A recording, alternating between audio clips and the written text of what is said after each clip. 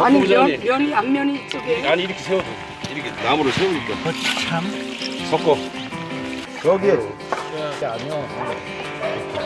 어? 이 물구덩이는 예, 청주 아미고동지 여러분 반갑습니다. 청주하고 청주 인근에서 활동하시는 우리 대한민국 애국자 여러분들이 다 모이신 것 같습니다. 지금 우리의 관심은 딱 하나입니다. 40여일 후에 있을 대통령 선거에서 우리가 어떻게 하면 이길 수 있느냐. 이번 대선에서 지면 그냥 대한민국이 망합니다. 그래서 대한민국을 지켜내기 위해서는 대선에서 무조건 이겨야 됩니다. 이승만 대통령의 건국, 박정희 대통령의 근대화 혁명을 통해서 여기까지 우리가 이고지고 해서 왔는데 여기서 종북주사파 일당들한테 나라를 뺏기면 정말 우리가 죽어서도 선조들 뵐 수가 없어요. 자, 그런데 이길 수 있느냐? 이길 수 있습니다. 어떻게 하면 이길 수 있느냐? 뭐 간단합니다. 사심 버리고 공심으로 나가면 됩니다. 우리가 애국심 하나로 여기까지 왔는데 이 애국심이라고 하는 게 이게 사심입니까? 공심입니까? 공심이잖아요. 그러니까 정치판에 수많은 변수들이 있지만 그리고 우리가 걱정하고 우려하는 우리 자유파의 분열 뭐 이런 것들이 있는데 그 모든 분열과 자해적인 행동은 다 사심에서 비롯되는 겁니다. 한동훈이가 대통령 배신한 것도 이 한동훈의 사심과 한동훈 그 쓰레기 같은 자들의 사심 때문에 이렇게 된 거예요. 8년 전에 박근혜 대통령이 탄핵당했을 때 김무성이와 유승민 일당들의 그 사심으로 그 사달이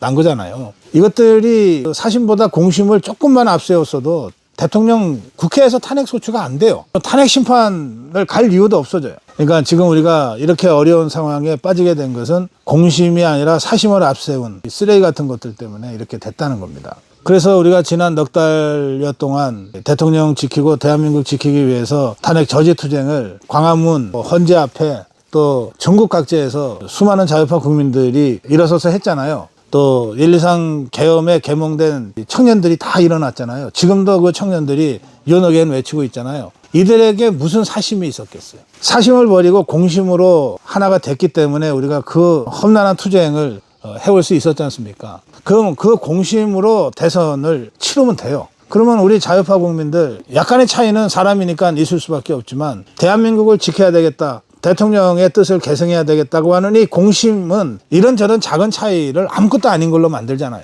한남동에 수많은 사람들이 모여서 그 추운 겨울날 밤을 샜어요. 그분들이 다 얘기하다 보면 다 조금씩 생각이 다르잖아요.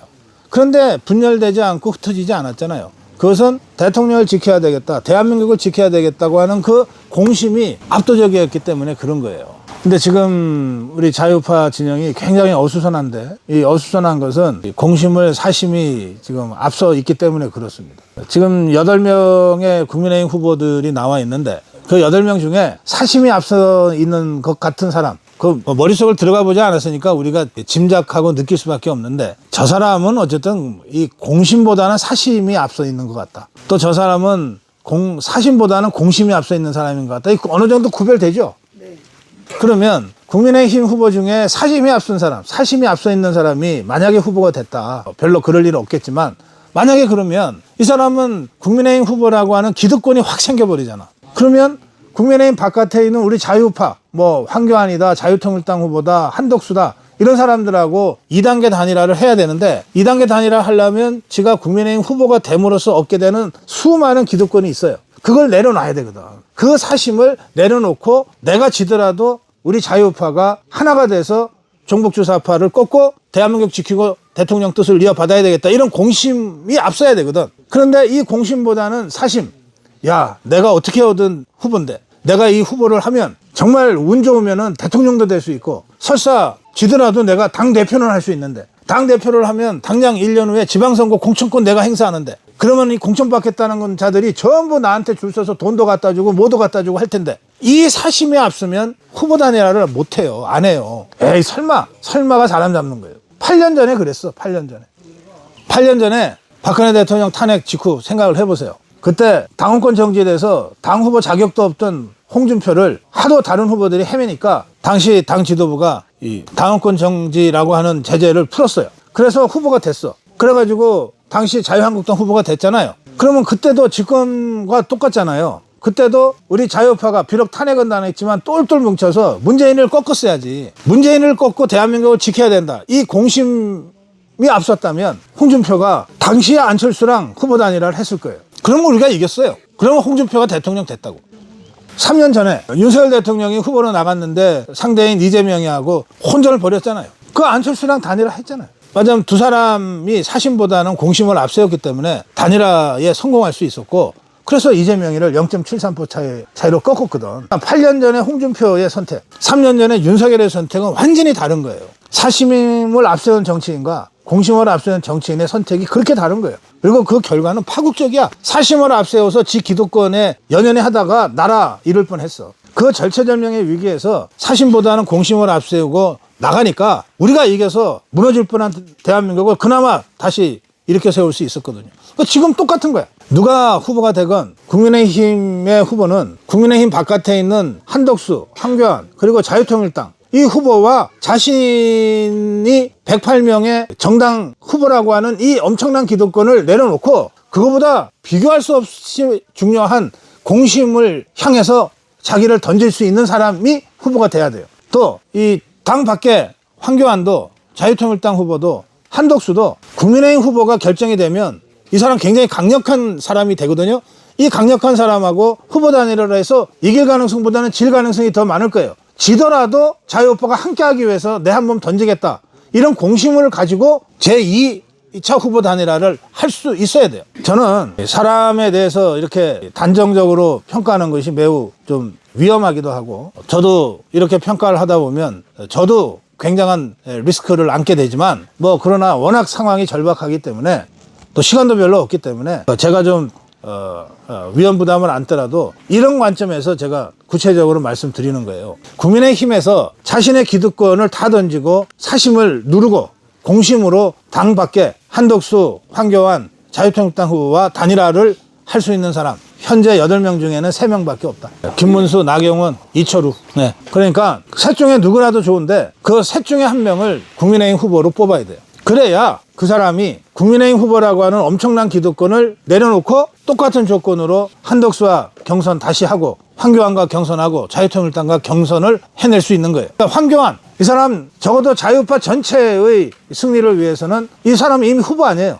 이 사람은 경선도 거칠 필요 없이 그냥 부방대가 지지하는 무소속 후보잖아요. 그 나름의 기득권이 생겼거든. 이거 내려놓겠다고 저하고 얘기했어요. 내려놓고 지더라도 조건 없이 국민의힘 후보가 누가 되건 단일화 하겠다고 그랬어요.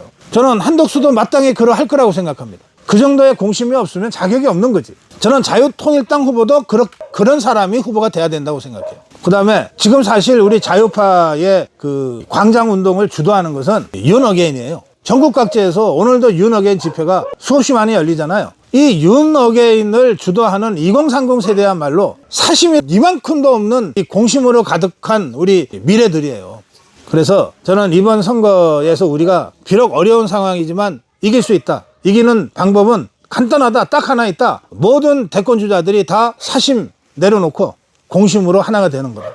저 종북주사파들은 절대 사심을 내려놓지 못해.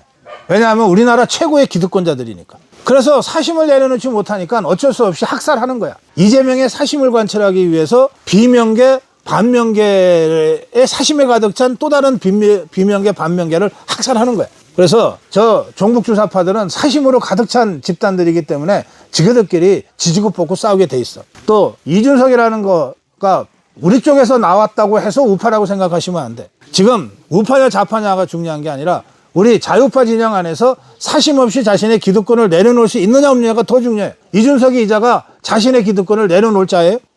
기대할 수 없어요. 그러면 애초부터 이거랑 말을 섞는 것 자체가 우리에게 부담이 되는 거예요. 아예 단일화 대상도 안 된다고 딱 정리를 해버리면 저쪽에 이재명 개딸들하고 가서 치거니 받거니 할 텐데, 우리가 자꾸 이준석이까지 포함해서 뭐 해야 된다고 얘기하는 순간 이게 계속 소동 부리고 난동 부리면 어떡할 건데. 가만히 아무 말도 안 하면 아무 일도 아닐 것이 말을 함으로써 무슨 큰 일처럼 돼버린단 말이에요. 윤석열 대통령 후보 때 이자가 당시 당의 대표였잖아. 이자는 한 번도 윤석열 대통령의 대통령 당선을 위해서 자신의 사심을 내려놓고 자신의 이익을 내려놓고 입을 해본 적이 없어요. 우리가 이미 경험했잖아. 유승민이는 안 그래요? 그러니까 이런 것들은 우리 자유파의 연대 대상도 안 되는 거예요. 자꾸 이 족벌 언론들이 뭐 유승민이랑 뭐 이준석이랑 뭘 해야지 뭐가 되는 것처럼 빅텐트가 되는 것처럼 그거는 왜 그러냐. 족벌 언론이 유승민이랑 김밀하고 족벌 언론이 이준석이랑 김밀 하니까 자꾸 이 두 개를 띄우려고 그러는 거예요. 이준석이 막 떴을 때 조선일보가 띄웠잖아요.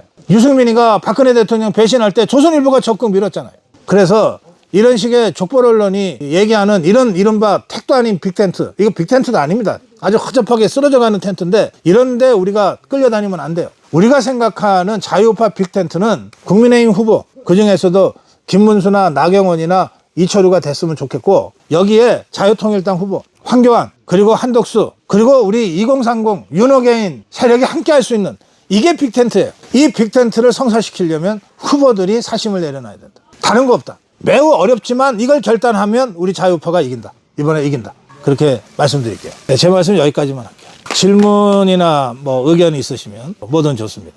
말씀 감사하고요. 잘 들었습니다. 근데 그 부분들이 지금 좋으신 말씀대로 늘 우리가 우려하는 게 우리 뜻대로 안 된다는 게 가장 큰 문제고요. 네. 그러면 지금 얼마 안 남은 상태에서 단체들은 어떤 방향을 모색하는 그래, 것이 예. 좋을까요? 예, 좋은 질문이세요. 우리 뜻대로 잘 안 되지, 이것들이. 왜냐하면 정치꾼들이라는 게 우리 보통 사람들보다 이 사심이 훨씬 강한 것들이거든. 그래서 그냥 사심을 버려라고 윤리 선생님처럼 훈계한다고 해서 되는 게 아니에요. 어떻게 해야 되냐? 사심 안 버리면 너 죽이겠다 이러고 협박을 해야 돼. 그래서 사심을 버리게 해야 돼. 그러니까 국민의힘이건 국민의힘 바깥에 있는 후보나 세력, 이건 결국 그들을 살리기도 하고 죽이기도 하는 힘은 누구한테 있냐? 우리 국민한테 있어요. 자유파 국민들한테 있어요. 그렇잖아요. 우리가 헌재는 택도 아닌 헌법재판관의 그 모든 권력이 넘어가 버렸기 때문에 저것들이 뭐 4대4로 갔다가 막판 이틀 동안에 뭐 협박을 받았는지 매수를 당했는지 해갖고서 8대0으로 가는 걸 우리가 정말 황당하지만 너무 억울하지만 눈 뻔히 뜨고 지켜볼 수밖에 없었는데, 정치는 달라요. 정치는 그런 것들이 아니라 우리 한 사람 한 사람이 심판자야. 그리고 우리 국민 한 사람 한 사람이 응징자예요. 김문수도 한 표, 나도 한 표야. 그렇잖아요. 그래서 정치에서 그냥 선의로 또는 좋은 마음으로 또는 그냥 권유해서 이렇게 해서 되는 일은 거의 없어요. 오로지 정치판에서 통하는 것은 협박이야. 너 이대로 안 하면 너가 죽어 라고 정치적으로 협박하는 거예요. 실제로 가갖고서 너 죽이겠다 그러면 협박죄로 감옥 가잖아요. 그렇게 협박하자는 게 아니고 정치의 본질이 협박이라는 거예요. 정치의 본질이 공포의 동원이에요. 전문용어로. 그러니까 이렇게 하는 것이 좋겠는데 네가 그거 안 할 수 있어. 그러면 너는 이렇게 해서 정치적으로 사망 선고를 받게 돼 라고 알려주는 거예요. 이게 공포를 동원하는 거고 이게 정치적 협박의 본질이에요. 그러니까 국민의힘, 이 사심을 버리지 못하는 자가 대통령 후보가 되는 순간 우리 자유파 국민들이 국민의힘을 버리겠다 그래요. 실제로 버려버려야 돼. 그것 때문에 우리가 이길 선거를 질 수는 없잖아. 그 대상은 황교안이든 한덕수든 자유통일당 똑같아. 사심으로 뭘 하겠다, 사심으로 가득 찬 후보를 내겠다 그러면 우리 국민이 그걸 버리겠다고 해줘야 돼요. 그래야 사심으로 가득 찬 정치꾼들도 죽지 않으려고 겉으로 사심을 억누르고 대의명분, 공심에 따라서 어쩔 수 없이 행동하게 되는 거예요. 3년 전에 안철수가 단일화 하고 싶어 했겠어요? 지금 안철수가 윤석열 대통령에 대해서 하는 말을 보세요. 안철수가 3년 전에 윤석열 대통령을 좋아했어요? 안철수가 우리 자유파예요? 그런데 단일화 안 하면 지가 죽을 것 같으니까 어쩔 수 없이 나와서 단일화를 한 거예요. 이재명하고는 안 될 것 같으니까. 그나마 윤석열이 자기 사심을 채우는 데는 조금 더 낫다고 보이니까 윤석열과 단일화를 한 거 아니에요. 그리고 안 하면 네가 죽는다 정치적으로 라고 하는 수많은 우리 자유파의 압박이 그때 있었어요. 그런 의미에서 정치의 본질은 협박이다. 우리 자유파 국민들 한 사람 한 사람이 그 심판자, 응징자로서의 그 발언과 행동을 해내면 된다. 근데 이게 정치적으로 활성화되어 있지 않으면 말은 쉽게 하지만 잘 안 돼요. 근데 우리가 8년 동안 싸워왔잖아. 광장에서.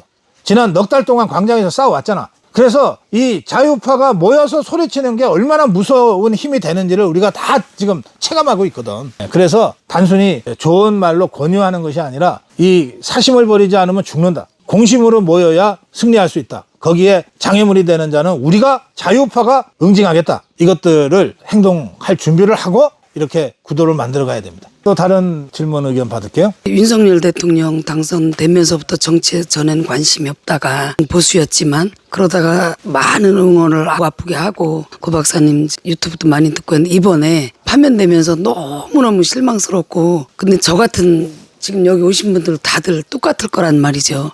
도대체 저는 이재명이라는 성자 붙이기도 싫고 한동훈이한테도 개똥이라고 표현하고 싶고 이런데 이 마음을 좀 어떻게 다잡았으면 좋겠는지 또 저런 찌재명 구속돼서 마땅할 사람을 우리가 과연 이번에 치면 이 나라가 뺏기고 우리 후손들한테 안 좋은 걸 넘겨주는 어른이 될 텐데 이걸 어떻게 해서 이겨내게 나가야 될지 알 듯하면서도 너무나 모르니까 알겠어요. 강한 멘트 좀 주시면 좀 도움될 것 같습니다. 예.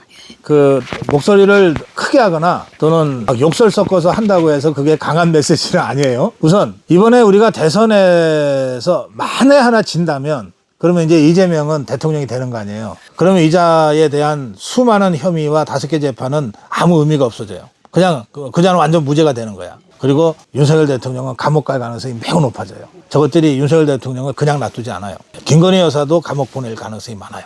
그리고 윤석열 대통령, 김건희 여사만 아니라 우리 자유파 활동가들 중에 저것들한테 딱 그 표적이 된 사람들이 많잖아요. 이 사람들이 전부 다 감옥 갈 상황이 옵니다. 그래서 이게 진짜 죽느냐 사느냐의 문제예요. 또 윤석열 대통령을 살릴 수 있느냐 없느냐의 문제인 거예요. 그래서 대선에 이겨야만 됩니다. 대선에서 이기면 비록 좌파들이 이 사법부를 막 여기저기 침투해서 장악해 있다 하더라도 대선을 통해서 민심이 다시 이재명 응징의 민심이 나타나면 그러면 사법부도 지것들 살기 위해서라도 눈치 봐가면서 이재명을 감옥에 보낼 거예요. 그렇게 처리를 해야 됩니다. 윤석열 대통령 관련해서는 저는 이렇게 생각합니다. 자, 우리가 이승만 대통령, 박정희 대통령부터 여기까지 왔어요. 그런데 그중에는 진정한 의미에서 대중정치인으로서 국민의 사랑을 받은 정치인, 국민의 마음에서 우러나는 사랑을 받은 정치인은 거의 없어요. 박정희 대통령, 이승만 대통령에게 또 박근혜 대통령에게 강력한 지지층이 있었지만 그 지지층이 진짜 막 마음에서부터 우러나는 사랑을 가지고 그 대통령을 사랑했냐 이런 건 좀 다르잖아요. 근데 이번 보면 윤석열 대통령은 우리 자유파가 정말 사랑하는 대통령이에요.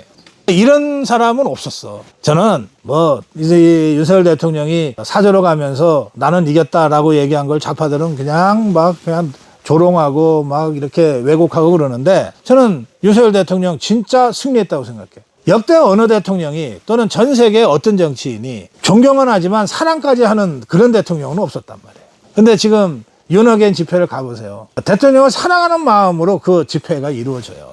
그럼 이것은 윤석열이라는 한 인간으로서는 어떤 면에서 가장 성공한 그런 거죠. 가장 성공한. 그래서 저는 이 윤석열 대통령이 이기고 돌아왔다는 표현은 저는 그런 의미가 있다고 생각해요. 또 윤어겐의 흐름을 잘 보셔야 되는데 이승만 대통령이 하야하고 돌아올 때도 수많은 시민들이 나가서 고생했다고 환송했어요. 박정희 대통령이 서거했을 때는 정말 수많은 사람들이 눈물을 흘렸죠. 유경수 여사 때는 지금도 유경수 여사 생각만 하면 눈물이 난다는 분들이 계세요. 박근혜 대통령 탄핵 후에 감옥 4년 9개월 갔다 올 때 그만 그 얘기를 들으면 지금도 막 가슴이 찢어진다는 분들이 계세요. 그런데 윤석열 정신을 계승해야 되겠다 이런 주장을 하는 젊은 청년들이 나타난 적은 없어요. 그렇죠? 그 점에서도 윤석열 대통령은 진짜 복이 많은 사람이에요. 특히 이 청년들은 여러분들도 다 10대, 20대, 30대를 거쳤잖아요. 정체를 알 수 없는 이 기성사회와 기성세대에 대한 반감과 막 울퉁불퉁하는 이런 것이 있어서 정치에 전체적으로 무관심해요. 정치는 그냥 그 정치꾼들이나 하는 것. 전 세계적으로 일반적인 현상이에요. 그래서 이 1230 세대를 정치적으로 관심을 갖게 하고 그 1230 세대가 진짜 자기 일처럼 나서게 만들고 누가 등 떠밀지 않더라도 그리고 진짜 1230 세대가 막 마음을 다해서 사랑하고 존경을 표하는 이런 현상은 전 세계 어디에도 지금껏 나타난 적이 없어요. 이게 지금 윤석열 대통령이 만들어낸 기적인 거예요. 윤석열 대통령이 뭘 시키기를 했겠어요? 아니면 자유대학이나 탄대청 대표들 불러서 뭐 작전을 짜줬겠어요? 아니면 무슨 돈을 대줬겠어요? 그러니까 이 대단한 일을 윤석열 대통령이 해낸 거예요. 현직에 있을 때 10% 중반까지 떨어졌던 지지율이 탄핵 심판받는 과정에서 45, 48, 52를 기록한 대통령은 역사상 없어요. 그래서 윤석열 대통령은 그런 의미에서 정치적인 승리자다. 그리고 어느 대통령도 박정희 대통령 18년간 통치했습니다. 이승만 대통령은 11년인가 2년인가 했어요. 그렇게 해도 이루어내지 못했던 것을 윤석열 대통령은 3년도 안 되는 기간 동안에 그리고 정북 주사파의 집중 공격을 받아서 파면되는 그 절박한 상황 속에서 이걸 만들어낸 거예요. 그러니까 지금도 윤석열 대통령 생각하면 울컥한다는 분들 그 마음이 소중한 것 이상으로 윤석열 대통령이 이 짧은 기간 동안에 이루어낸 것이 얼마나 중요하고 정말 가치 있는 것인지 이것 동시에 우리가 같이 생각을 해야 돼요. 그리고 그 속에서 우리가 이길 수 있다. 이 힘이 선거판에 제대로 분출만 된다면 이길 수 있다. 이런 확신을 갖고 선거 준비를 해야 됩니다. 예.